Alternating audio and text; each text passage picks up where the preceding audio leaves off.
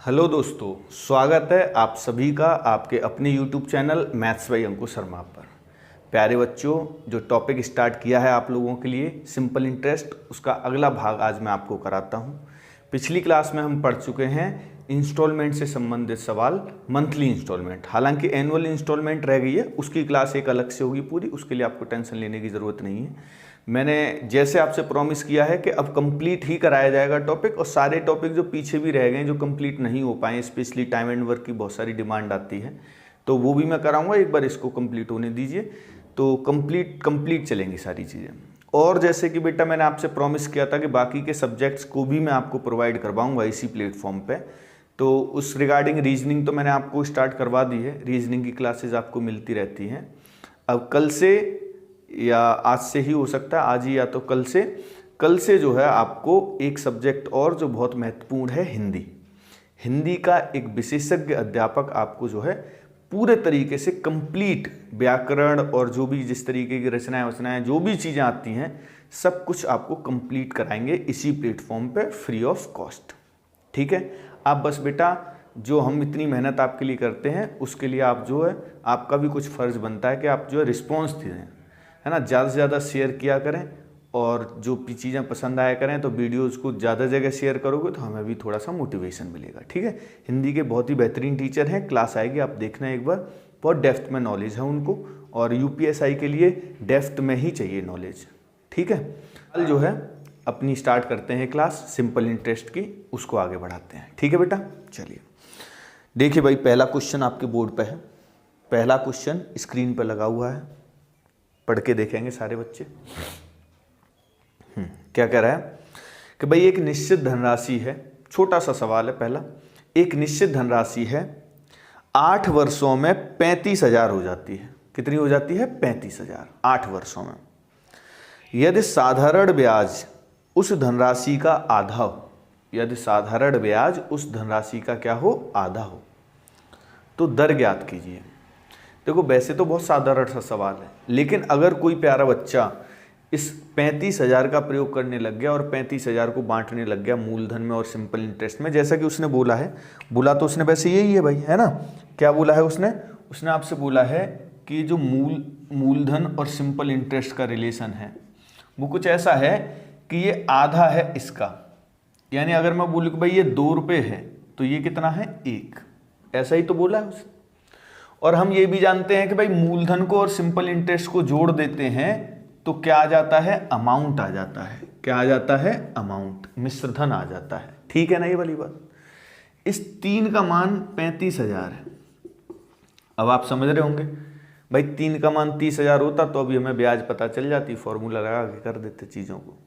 लेकिन यहाँ पर तो पूरा भाग नहीं जा पाएगा, फ्रैक्शन आएगी तो काफ़ी टाइम लग जाएगा। तो यही मैं आपको समझा रहा हूँ कि वही 2-4 सेकंड का ही तो फर्क होता है। हर क्वेश्चन में जब आप 5 सेकंड बचाते हो तो वही तो आपको सिलेक्शन की ओर अग्रसर करते हैं। अगर आप जो हर एक क्वेश्चन में एक्स्ट्रा 5 सेकंड लगाओगे, आपका पेपर कभी पूरा ही नहीं हो पाएगा। तो आपको ये समझना था, मैंने आपको कितने डिटेल में चीज़ों को समझाया शुरुआत में। तो मैंने आपको बताया था कि जब भी आपको ऐसे मूलधन वगैरह मानने की ज़रूरत पड़ती है, तो मूलधन कभी भी आपको लेट करने की ज़रूरत पड़ रही है, तो इस टॉपिक में बेहतर क्या रहता है कि मूलधन को क्या माना जाए? 100%। बताई थी मैंने ये वाली बात नहीं? अरे हाँ या ना। शुरुआत में क्लास में मैंने 5-7 मिनट यही चीज़ें इसीलिए बेसिक समझाई थी। तो इस क्वेश्चन में आपको देखते ही समझना चाहिए था कि मूलधन कितना होता है? 100% होता है। और इस हिसाब से ब्याज फिर कितनी हो जाएगी? तो ब्याज प्यारे बच्चों 50% हो जाएगी, क्योंकि उसने बोला है, उसने ऐसा बोला है कि जो सिंपल इंटरेस्ट है, जो साधारण ब्याज है, वो बेटा क्या है? आधा है। किसका? मूलधन का। अच्छा बेटा, एक चीज और बताई थी मैंने कि दर होता क्या है? दर होती है बेटा 1 वर्ष की ब्याज। यही तो बात की थी हमने। रेट क्या होती है? 1 वर्ष की ब्याज। कितने रुपयों पर? 100 रुपयों पर। तो 100 ही एग्जाम्पल लेके चल रहे, 100%, 100 एक ही बात। तो 1 वर्ष की ब्याज। और ये जो आपके सामने ब्याज लिखी हुई है, ये कितने वर्षों की है? तो ये तो 8 वर्षों की है। तो 8 वर्षों की ब्याज है, तो ये तो रेट हो नहीं सकती। लेकिन अगर मैं 1 वर्ष की निकाल दूंगा यहां से, तो वो रेट बन जाएगी। तो कुछ क्या करना है बताओ, छोटा सा काम करना है कि आपको केवल 8 से डिवाइड कर देना है। भाई 8 वर्षों में 50% ब्याज इकट्ठा हुआ है ना, तो अगर 8 वर्षों में 50% ब्याज इकट्ठा हुआ है तो एक वर्ष में कितना होगा, तो 8 से हमने डिवाइड किया तो 8 का भाग गया 6 बार, 2/8 यानी 1/4, यानी एक वर्ष में इतना ब्याज मिलता होगा। तो ये आपका आंसर हो जाएगा, यही क्या हो जाएगा, रेट। एक वर्ष में 100 रुपयों पर मिलने वाला ब्याज ही तो दर होती है। तो कितना आसान सवाल था। और 35,000 को लिख के बैठे रहोगे तो भाई अब तक आपका आंसर भी नहीं आ पाया, 35,000 में ही भाग नहीं दे पाओगे 3 का, समझ रहे हो ना। अरे हाँ या ना। तो बहुत छोटू सा सवाल था ये, आप ही की तरह। हाँ जैसे आप हो प्यारे प्यारे से छोटू छोटू से।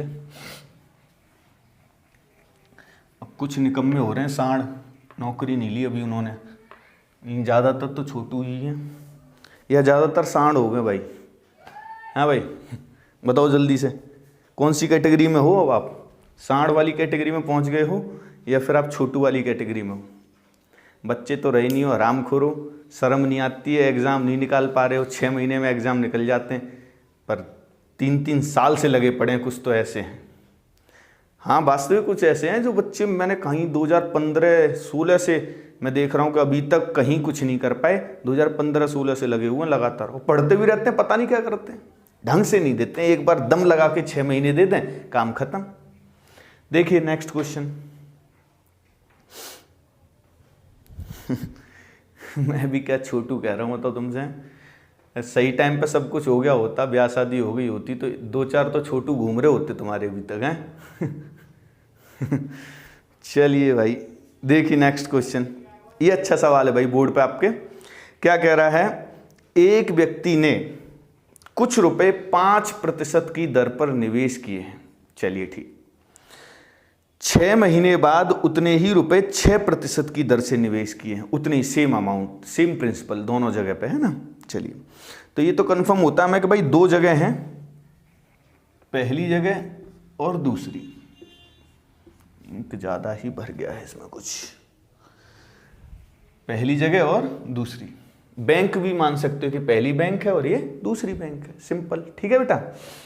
तो इसमें हमें ये तो कंफर्म है कि दोनों जगह प्रिंसिपल कैसा है, समान। जितने रुपए यहां निवेश किए गए हैं उतने ही रुपए यहां पे इन्वेस्ट किए गए हैं। क्लियर है बेटा। चलिए फिर क्या कह रहा है, दोनों ही स्थानों से समान धनराशि 4600 रुपये प्राप्त हो रही है, यानी अमाउंट भी दोनों जगह से बराबर प्राप्त हो रहा है। यहां से जितना अमाउंट है 4600 उतना ही यहां से है। अब आप एक बात बताना, जब प्रिंसिपल दोनों जगह पर समान था, मान लीजिए कि 3000 यहाँ 3000 यहाँ से 5000 मिल रहे हैं, यहाँ से भी 5000 मिल रहे हैं। इसका क्या मतलब निकाला जा सकता है, एक मतलब और क्या हो सकता है कि अगर 2 जगह से निवेश वापस आ रहा है बराबर और प्रिंसिपल भी हमने बराबर दिया था। आप ऐसे सोचो कि हमने 2 जगह 5-5 हज़ार उधार दिए थे और दोनों जगह से मैं 7-7 हज़ार रुपये वापस मिल गए, तो इसका मतलब क्या हुआ कि दोनों जगह से ब्याज भी तो बराबर मिली 2-2 हज़ार रुपये।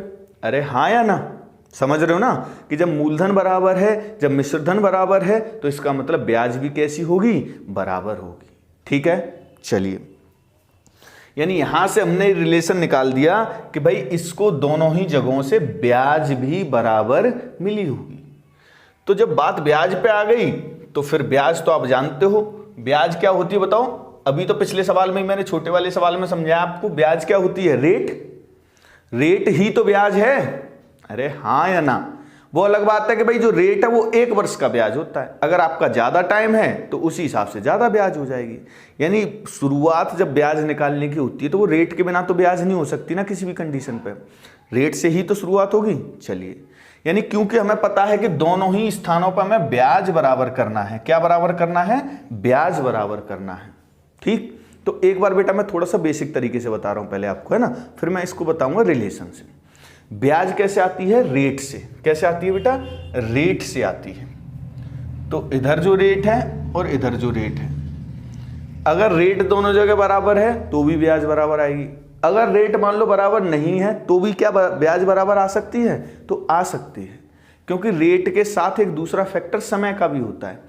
जैसे मान लीजिए कि एक बैंक में मैंने 4% की रेट से निवेश किया 1 साल के लिए, तो मुझे 4% ब्याज मिलेगा। और दूसरी बैंक में मैंने 2% के हिसाब से निवेश किया 2 वर्षों के लिए, तो वहां पर भी तो 2 करके 4 हो जाएगा ना। तो दोनों जगह से ऐसे भी पॉसिबिलिटी है। यानी दूसरा फैक्टर किसका होता है? टाइम का। यानी इस तरीके से यहां पर हो रहा होगा, क्योंकि रेट तो बराबर थी नहीं, रेट अलग अलग थी, तो टाइम भी अलग अलग होगा, और वो इस तरीके से ब्याज क्या कर रहा होगा? बराबर। तो हमें तो यार यहां से एक रिलेशन मिल गया, हमें बेसिक में जाने की जरूरत ही नहीं है। क्या रिलेशन मिल गया हमें? तो जब भी सेम इंटरेस्ट वाला केस होगा, क्या बोल रहा हूं मैं, जब भी सेम इंटरेस्ट वाला केस होगा तो क्या होगा बताइए? सेम इंटरेस्ट वाले केस में क्या होगा?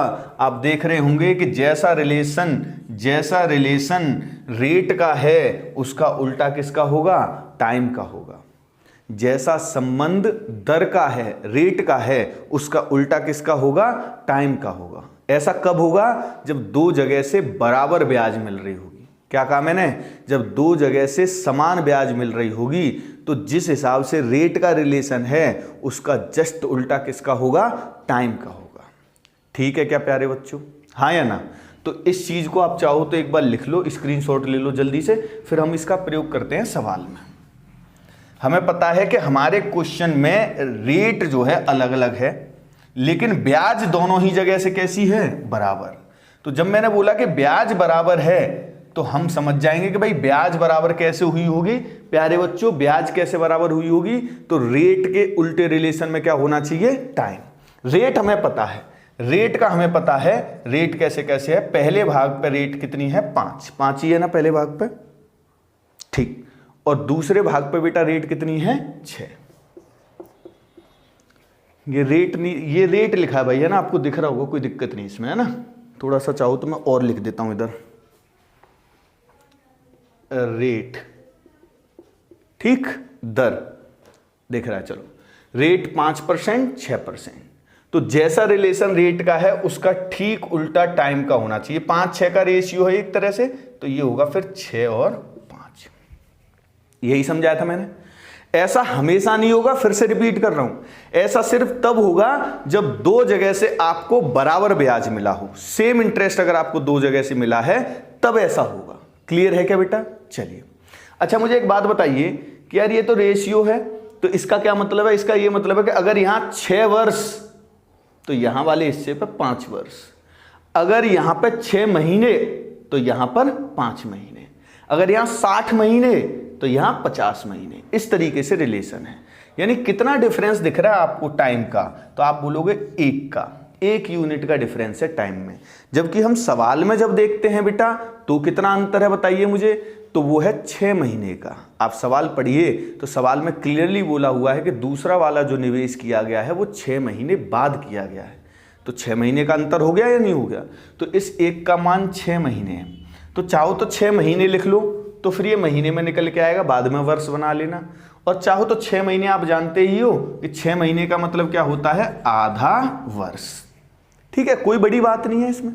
तो 1 का मान आधा है, तो 1 का मान आधा है, यहां आधा होना चाहिए, मतलब अंतर इनका आधे वर्ष का होना चाहिए। ये हो रहा है 1 का, तो 1 की वैल्यू आधी, तो फिर ये भी तो आधा करना पड़ेगा और ये भी आधा करना पड़ेगा, 2.5 वर्ष।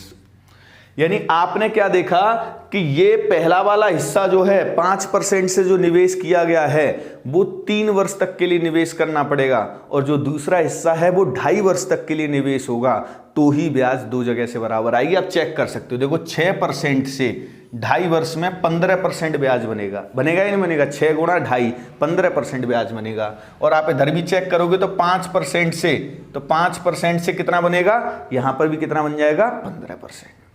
यानी हमें ब्याज हमने क्या कर लिया बेटा? समान कर लिया।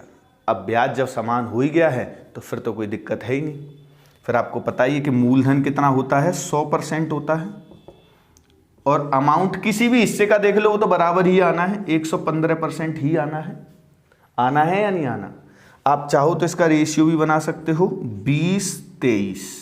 23 का मान 4600 है प्यारे बच्चों।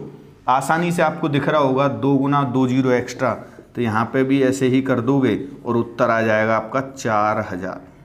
यानी इसने प्रत्येक भाग पर 4,000 रुपये निवेश किए हैं। पहले वाले भाग पर भी 4,000 निवेश किए हैं और दूसरे वाले भाग पर भी इसने 4,000 ही निवेश किए। क्लियर? हाँ या ना? देखो, मैं इस तरीके के 6 सवाल नहीं कराऊंगा, पहले ही कह दे रहा हूं। मुझे चाहिए मेहनती बच्चा, ये नहीं कि बिल्कुल पका पकाया घर पे कोई नौकरी नहीं चल रही है। समझ रहे हो? प्रैक्टिस आपको करनी है इस तरीके के ढूंढ ढूंढ के सवाल। अच्छा, मुझ पे क्या फर्क पड़ेगा, मैं ऐसे ही 4 सवाल और करा दूं? सवाल तो मैं आपको वैसे भी करा ही रहा हूं ना। और बहुत सारे इतने बेवकूफ़ बच्चे होते हैं, मुझे मैसेज करते हैं, सर एक ही तरह के 2-3 सवाल करा दीजिए करो तो हमें समझ में आ जाएगा अच्छे से। भाई, मैं एक ही तरीके के 3 सवाल कराऊंगा तो 2 ही तरह के सवाल हो पाएंगे एक क्लास में, 6-7। और मैं जब 6-7 अलग अलग सवाल कराऊंगा आपको, तो मेहनत जब आप घर पे बैठ के करोगे, और कोई काम तो चल नहीं रहा है इसमें, बिजनेस तो बंद पड़े हैं सारे, और तो काम कोई है नहीं तुम पे इस टाइम। आजकल तो वैसा भी टाइम नहीं होगा तुम पे घूमने फिरने वाला, है भाई? घूमना फिरना भी बंद है इस टाइम तो फिर आपको ये समझना है कि भाई मेहनत आपको करनी है। आप ढूंढिए सवाल प्रैक्टिस के लिए। मैं आपको तो बताऊंगा वैरायटी कि कितने कितने तरह के क्वेश्चंस हैं। समझ में आ रही है नहीं बात? अरे हाँ या ना? चलिए, ये मैं हटाता हूं और फिर एक बढ़िया सा सवाल कराता हूं आपको। कंटेंट देना चाहता हूं मैं भाई, आपको बेवकूफ बनाना नहीं चाहता। समझ रहे हो? आप खुद ये सोचो कि मैं तुम्हारे बारे में कितना सोचता हूं। आप सोच सकते हो कि लॉकडाउन में टीचर्स अरेंज करना कितना कठिन काम होता है ना? अब वो तो जैसे आगरा में अगर हम रह रहे होते इस टाइम तो फिर टीचर्स बहुत सारे आ जाते।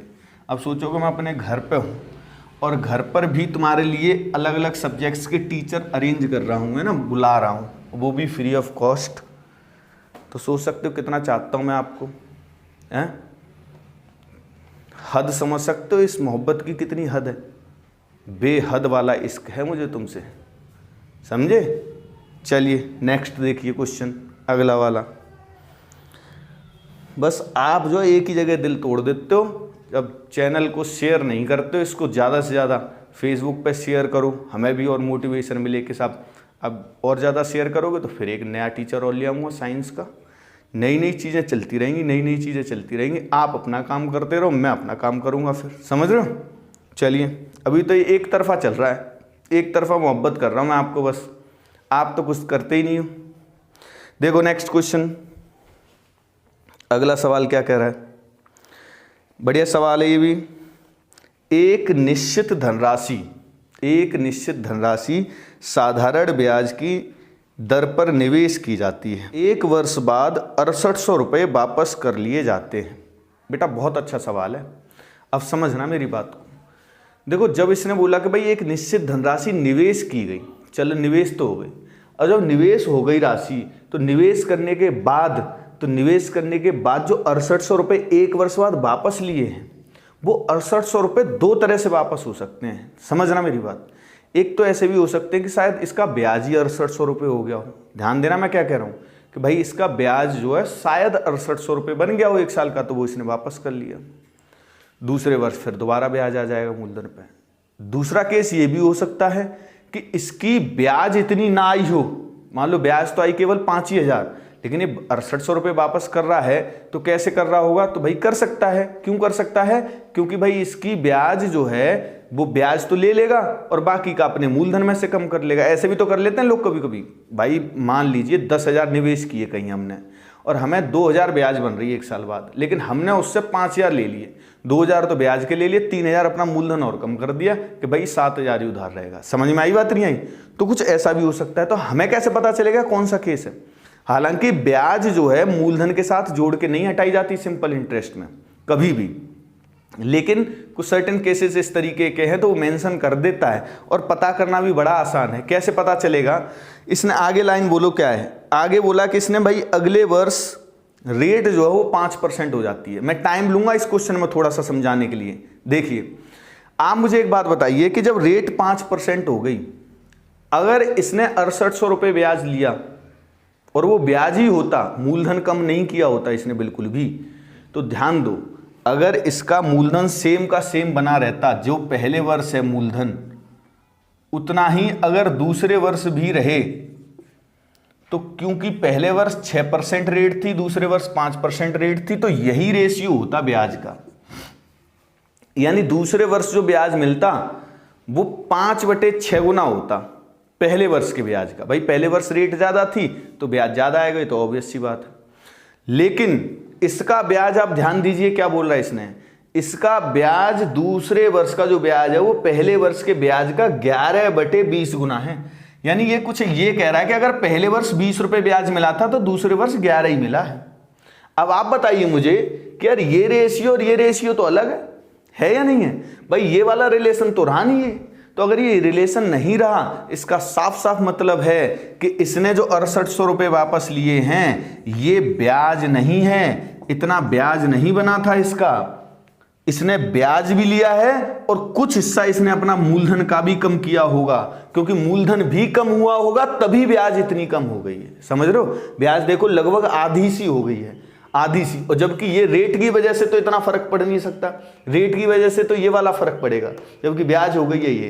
तो हम साफ साफ समझ पा रहे हैं चीजों को कि यहां पर बेटा जो 6800 रुपये इसने वापस किए हैं वो ब्याज और मूलधन मिला के यानी अमाउंट में से वापस किए हैं। समझ में आ रही बात नहीं रहे? हाँ या ना? चलिए अब इस क्वेश्चन को करते हैं। अच्छा सवाल है, चलिए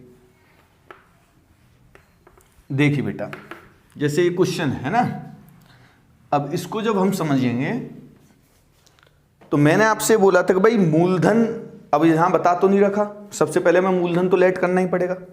तो मैंने क्या किया भाई, बहुत सारे बच्चे भी मूलधन को इतना ही मानेंगे या नहीं मानेंगे? अरे हाँ या ना? चलिए चलो मान लेते हैं, एक बार आगे बढ़ते हैं। फिर हम देखेंगे भाई 1 साल का ब्याज कितना बनेगा। तो 6% रेट है, तो 1 साल का जो ब्याज बनेगा प्यारे बच्चों वो कितना बन जाएगा? 6 रुपये बन जाएगा। बन जाएगा नहीं बन जाएगा? 1 साल का जो ब्याज बनेगा वो कितना बन जाएगा? 6 रुपये बन जाएगा। तो इस हिसाब से अमाउंट कितना बन जाता है? 106 बन जाता है या नहीं बन जाता? भाई 1 साल बाद इसका जो कुल धन है वो 106 हो जाएगा। ये 106 रुपये वापस ले सकता है, लेकिन इसने 106 वापस नहीं लिए हैं, इसने लिए हैं 6800 रुपये वापस। अब जब ये बोलता है 6800 रुपये, ध्यान देना बेटा, 6800 रुपये वापस लिए, तो अब इसमें से 6800 कैसे घटा दोगे 106 में से? नहीं घट पाएंगे ना। इसलिए बेटा इस बार हमारी मजबूरी है कि हमें एक वेरिएबल इसके साथ लेकर चलना पड़ेगा, यानी हमें इसको 100x मानना पड़ेगा, इसको 6x होगा फिर, और फिर ये 106x हो जाएगा। ठीक है, ये हमें मानना ही पड़ेगा। बहुत सारे बच्चे कह रहे होंगे सर x यूज मत किया करो, पर ये भी विश्वास रखो कि अगर अंकुर शर्मा ही x यूज कर रहा है तो फिर ये पॉसिबल नहीं हो पा रहा होगा कि ये बिना x की चीज़ें हो पाए। ठीक है, तो इसका भी विश्वास करके रखा करो, क्योंकि मैं तो फॉर्मूले ही यूज़ नहीं करता, तो x तो बहुत दूर की बात है। तो इसलिए ये वेरिएबल कभी कभी इस तरीके का केस आ जाता है। हालांकि इसमें अगर आप शुरुआत में केवल x रुपये ही मान लोगे तो दिक्कत हो जाएगी, इसमें भी लॉजिक है। मूलधन को बहुत सारे लोग x रुपये ही मान लेंगे ना, तो फिर x का 6% आएगा, वो 3x/50, फिर उन दोनों को जोड़ोगे बहुत कैलकुलेशन कठिन हो जाएगी, फिर उसमें से 6800 घटाओगे, फ्रैक्शन बन जाएगी। तो इसलिए यहाँ पे इतना तो फिर भी ध्यान रखना है कि मूलधन हमें 100x मानना है, 100x। तो 100x का 6% ब्याज कितना आएगा? 6x, और फिर अमाउंट कितना हो जाएगा? 106x। इससे हमारी कैलकुलेशन कैसी रहेगी? आसान। क्लियर? चलिए अब क्या है, इसमें से 6800 हटा दो। तो जब मैं 6800 हटा दूंगा तो कितना बचेगा? तो बचेगा प्यारे बच्चों इतना। ठीक कह रहा हूं क्या? यही तो बचेगा, हाँ या ना? यही बचेगा 6800 हटाने के बाद। यानी एक तरह से दूसरे वर्ष इसी पे तो ब्याज मिलेगा, यही तो रुपए शेष रह गए हमारे उधार, उस जगह पे निवेश यही तो रह गया। तो इस पे हमें मिलेगा ब्याज, और ब्याज कितना मिलेगा बेटा? 5% मिलेगा। ठीक है ना, इसका 5% ब्याज मिलेगा, 5%। ये जो हमारा शेष रह गया है उस पे हमें 5% ब्याज मिलेगा, तो इसका 5% आएगा यहाँ पर, वही तो हमारा ब्याज होगा। हाँ या ना? समझ पा रहे हो ना बेटा? तो यहां पर जो आएगा नंबर वो ब्याज होगा। और उसके बारे में रिलेशन बोला है उसने बोला है कि ये जो ब्याज है ये पहले वाले ब्याज का 11/20 गुना है, यानी इसका 11/20 गुना है ये। बस बेटा एक बार जब आप इसको सही सही लिख दोगे तो उसके बाद तो 2-4 सेकंड का ही काम है, आप आराम से कर सकते हो। देखो 5 से कटा 20 बार और 20 से कट गया 20। ठीक, कैलकुलेशन बिल्कुल कठिन नहीं होगी भाई, बहुत सोच समझ के मैं आपको चीज़ें समझा रहा हूँ।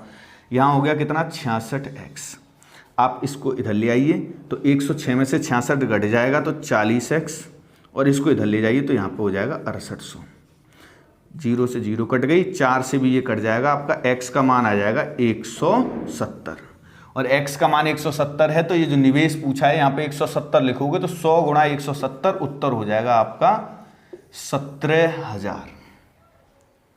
बेटा केवल इतना सा दिमाग लगाने की वजह से कि हम मूलधन को कितना मान लें 100x, हमारी कम से कम 1 मिनट का फर्क पड़ेगा। और जब कठिन कैलकुलेशन होती है तो भाई गलती होने के भी पूरे चांसेस रहते हैं, तो वो गलती वाला तो फैक्टर बिल्कुल गायब हो गया। इसमें कोई टाइम नहीं लगेगा बेटा, समझ रहे हो। इस तरीके के क्वेश्चंस भी आ सकते हैं यूपीएसआई में। यूपीएसआई के लिए जो तैयार घूम रहे हैं सहरा सा बांध के, नालायक को पुलिस वाली किताबें मत उठा लेना गलती से भी, मैं फिर बता रहा हूँ आपको। यूपीएसआई के लिए आपको सीजीएल लेवल टच करना पड़ेगा। हर बच्चा वो एग्जाम देगा जो सीजीएल, आपको क्या लगता है ये सीजीएल वाले बच्चे नहीं देंगे उस एग्जाम को जिनकी लंबाई है? क्यों नहीं देंगे भाई? उन्हें एक्स्ट्रा क्या करना बताना। मैथ्स आपसे बेहतर चल रहा होता उनकी तैयारी, रीजनिंग आपसे बेहतर चल रही होती उनकी तैयारी, जीएस आपसे बेहतर चल रही होती उनकी तैयारी, हिंदी तो पढ़नी है, हिंदी में तो कोई भी पढ़ लेगा भाई। जो हिंदी, अब यूपी के बच्चों को हिंदी पढ़नी है, उससे आसान काम क्या हो सकता बताइए? ये कन्नड़ के तो है नहीं, केरल के कि साहब हिंदी पढ़नी है, बड़ा टास्क हो गया, बहुत तगड़ा उनके लिए, समझ रहे हो ना। तो इसलिए लेवल को टच करके चलो। सपने तो आ रहे हैं तुम्हें, 2-2 स्टार इधर उधर लगे हुए, सपनों के लिए मेहनत बहुत करनी होती बेटा। अच्छी तो लगेगी वर्दी, बहुत बढ़िया, बिल्कुल ऐसे लगोगे कबूतर से, लेकिन उसके लिए पहले बेटा मेहनत कर लो, समझ रहे हो ना। सोच के तो सब बैठे हो, मेहनत करने में बिल्कुल मरे जाते हो। हाँ, सोचने में नहीं लगता इन्हें 1 मिनट, तुरंत सोच लेंगे अपने आप, वर्दी इनके मन में अपने आप बन जाएगी, बॉडी पे आ जाएगी अपने आप ही, आंखों पे रेवन वाला चश्मा आ जाएगा, काला दबंग वाला है भाई सब चीज़ें आ जाएंगी, बुलेट आ जाएगी इनके नीचे मॉडिफाइड, लेकिन किताब नहीं आएगी इनके हाथों में कि किताब आ जाए। बेटा जब किताब आएगी, पेन आएगा, तब वो सब चीज़ें अपने आप आ जाएंगी। सिर्फ इन चीज़ों को देखो, ठीक है भाई। यहाँ तक पूरी उम्मीद है मुझे कि आपको चीज़ें समझ में आई होंगी। क्लियर? चलिए नेक्स्ट क्वेश्चन करते हैं भाई, है ना। चलिए देखिए बोर्ड पे पढ़ के क्या कह रहा है सवाल। क्वेश्चन एकदम आसान है, कठिन नहीं है, पहले ही बता देता हूँ आपको। क्या कह रहा है भाई, एक निश्चित धनराशि निश्चित समय के लिए निश्चित दर से निवेश की जाती है। बहुत बढ़िया भाई, सब निश्चित निश्चित बोल दिया इसने, है ना कुछ भी नहीं दिया। इसका मतलब ये है, ना तो आपको मूलधन दिया है, ना ही आपको रेट दी है, और ना ही आपको टाइम दिया है। यानी ना तो मूलधन दे रखा है, ना रेट दे रखी है, और ना टाइम दे रखा है। लेकिन जब मैं आगे पढ़ता हूँ इस क्वेश्चन को तो कुछ चेंजेस तो दे रखे हैं। यानी ये मूलधन में पहली लाइन इसने बोली कि यदि धनराशि 16/2/3% अधिक होती, यानी जो मूलधन है वो कितना अधिक होता है, 16/2/3%। आप जानते हो इसकी फ्रैक्शन कितनी होती है, 1/6। यानी ये 2 स्थितियां बना रहा है, एक मूल स्थिति ले सकता हूं मैं ओरिजिनल, और एक फिर वो चेंज होने के बाद नई स्थिति यानी कि न्यू। ओरिजिनल और न्यू, क्लियर। चलिए, तो मूलधन 16/2/3% अधिक होता, इसका मतलब प्यारे बच्चों इसकी फ्रैक्शन क्या बनेगी बताओ जल्दी से। तो 16/2/3% की फ्रैक्शन क्या रहेगी, 1/6। यानी मूलधन 6 से कितना, 7। वृद्धि की कह रहा है, ध्यान रखना, यही तो फ्रैक्शन होती है 1/6। यानी पुराना वाला मूलधन अगर 6 है तो अब नया वाला 1 ज्यादा होके कितना हो जाएगा, 7 हो जाएगा। चलिए फिर क्या कह रहा है, फिर कह रहा है बेटा कि यदि दर 9/8 गुना कर दिया, दर को 9/8 गुना कर दिया जाए। अब यहां पर ये वृद्धि नहीं कह रहा है, ये सीधे रिलेशन बता रहा है कि 9/8 गुना कर दो। जैसे कि 2 गुना कर दो, तो 2 गुना करते हैं तो कैसे करते हैं बताओ, 1 से 2। वैसे ये कह रहा है कि 9/8 गुना कर दो। 9/8 गुना का मतलब क्या होगा कि अगर रेट 8 है तो उसको कितना कर दीजिए, 9 कर दीजिए। अगर रेट कितनी है, 8, तो उसको फिर 9 कर दो। चलिए, यानी 8% है तो 9% कर दो। फिर कह रहा है तथा समय में 33 सही 1/3% की कमी कर दो। अब यहां कमी वाली लाइन है ना, तो 33 सही 1/3% की फ्रैक्शन पे आ रहे बच्चों ये 1/3, और कमी करने की कह रहा है, कमी की, ये वृद्धि वाले केस थे दोनों, तो हमने बड़ा बढ़ा के लिखा। इस बार कमी का केस है तो घटा के लिखेंगे, यानी कि अगर टाइम 3 वर्ष है तो 1 कम करके कितना कर दीजिए, 2 वर्ष कर दीजिए। अगर टाइम 3 वर्ष है तो 1 कम करके कितना कर दिया जाए, 2 वर्ष कर दिया जाएगा। क्लियर? चलिए आप बताइए, P into R into T ही तो ब्याज होता है भाई, इनका गुणा करके ही तो ब्याज निकाल के आते हैं। PRT अपॉन 100 यही तो होता है, तो गुणा ही तो होता है वहां पे, तो यहां गुणा होगा। यहां गुणा करोगे तो मूल पहले वाला ब्याज जो शुरुआत में जैसा उसने निवेश किया है, और यहां पर क्या आएगा, तो यहां पर वो ब्याज आएगा जो इसने बदलाव कर दिया तीनों चीजों में, तो उसके बाद वाला जो ब्याज बनेगा वो आएगा। क्लियर? चलिए, उससे पहले, गुणा करने से पहले आप देख लिया करो कि आप कुछ कैंसिल आउट हो रहा है तो कैंसिल आउट भी कर सकते हो। जैसे आपको पता है, क्योंकि ये रेशियो ही तो है, और रेशियो को तो सिंपलेस्ट फॉर्म में लिख सकते हैं ना हम। तो आपने देखा भाई 2 से ये कट गया कितनी बार, 3 बार, और 3 से 3 बार, और फिर उस 3 से ये भी कट गया, यानी 6 गुणा 3 18 हो रहा था, 9 गुणा 2 18 हो रहा था, 18 18 आपने हटा दिया। अब क्या बचा फिर हमारे पास, यहाँ 1 गुणा 8 गुणा 1 यानी कि 8, 1 से तो कोई फर्क पड़ता नहीं गुणा से, और यहाँ पे बेटा 7 गुणा 1 गुणा 1 यानी कि 7। यानी मूल रूप से अगर इसका साधारण ब्याज 8 रुपए है, मूल रूप से अगर इसका साधारण ब्याज कितना है बेटा, 8 रुपए है, तो इसका अब जो सिंपल इंटरेस्ट हो जाएगा वो कितना हो जाएगा, 7 रुपए हो जाएगा।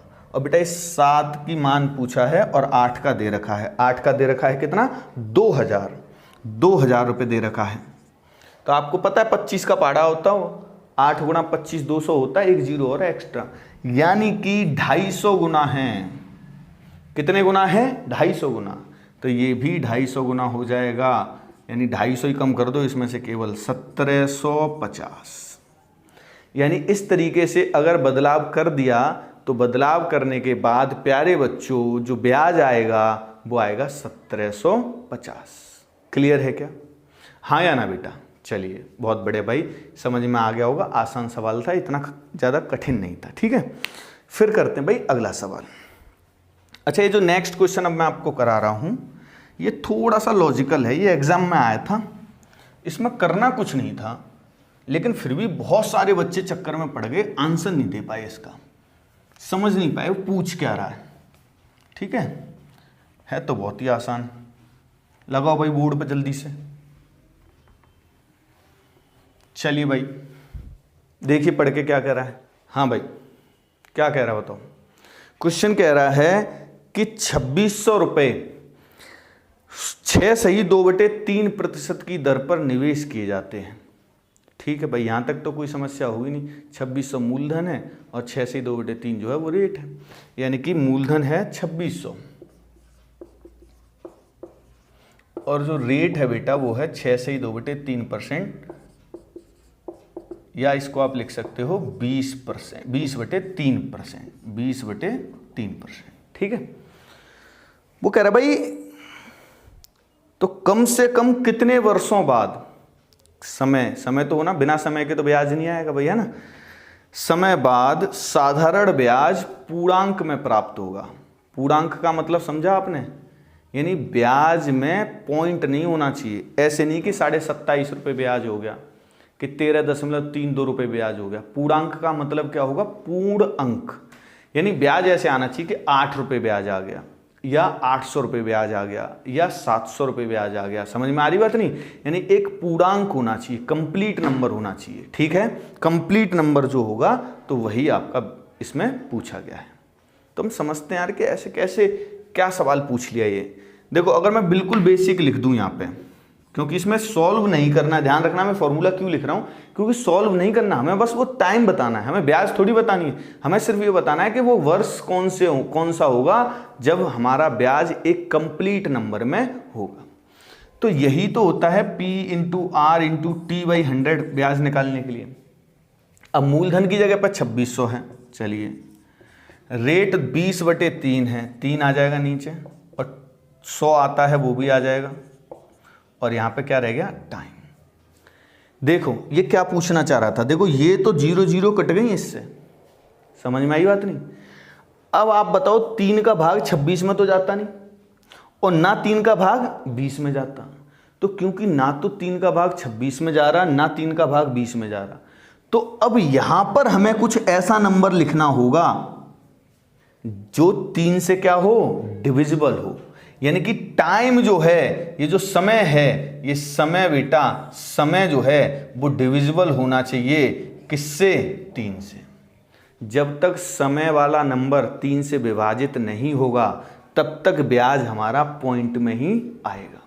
आप सोचो कि यहाँ पे मैं 2 लिख दूँ तो 26 गुणा 20 गुणा 2 ये हो जाएगा आपका, क्या ये 3 से विभाजित हो जाएगा, नहीं हो सकता। यहाँ मैं 5 लिख दूँ हो जाएगा, नहीं हो सकता। यहाँ पे 8 लिख दो हो जाएगा, नहीं हो सकता। यहाँ पे 6 लिख दो हो जाएगा, हो जाएगा। जैसे आपने 6 लिखा तो 3 से कट गया 2 बार, अब नीचे कोई नंबर ही नहीं है, फिर तो पूर्णांक ही आएगा ना। तो आपको बस इतना सा समझना था कि टाइम जो है वो 3 से क्या होना चाहिए, डिविजिबल। और उसने पूछा भाई 3 से डिविजिबल तो बहुत नंबर है, 3, 6, 9, 12, 15, ऐसे तो कोई आंसर फिक्स नहीं हो पाता, इसीलिए उसने एक शब्द डाल दिया, कम से कम कितने वर्षों में। तो कम से कम कितने वर्षों में, तो इसको होना चाहिए बेटा 3 वर्ष। भाई 3 से विभाजित होने वाला संख्या यही तो सबसे पहले आएगी, 3 ही। अरे हाँ या ना, तो इसीलिए आपका आंसर कितना होगा, 3 वर्ष। ठीक है, टाइम भी आपको वर्षों की पूर्ण संख्या बतानी थी, ऐसे नहीं फिर तो वो हो नहीं पाएगा। कोई 9 महीने ले लेगा, फिर पता चला कोई 1.5 साल ले लेगा, तो उसने वर्षों की संख्या भी कैसी बतानी है, पूर्णांक, जैसे कि आप ऑप्शन में देख पा रहे हो। तो बहुत साधारण सा सवाल है, बस वही मैं जैसे कह रहा हूँ कि भाई कॉन्सेप्ट रटा रटाए चीज़ें नहीं, आप बच्चा कितना सीख के आया है वो आप एग्जामिनर जानने लग रहा है। वो ये जानना चाहता है कि भाई इसने सीखा कितना है, गहराई में प्रैक्टिस कितनी की है, ये ऐसे तो नहीं बस चीज़ें रट के आया हुआ है। तो वो चीज़ें आपको समझनी है। प्यारे बच्चों, अगर ये सब चीज़ें आपको पसंद आई हों तो आप इसको लाइक कर दिया करो भाई वीडियो को, है ना। और सब्सक्राइब करवाने के लिए जितना शेयर कर सको उतना बहुत अच्छा रहेगा, आपके लिए और ज़्यादा मेहनत करने का मन करता है।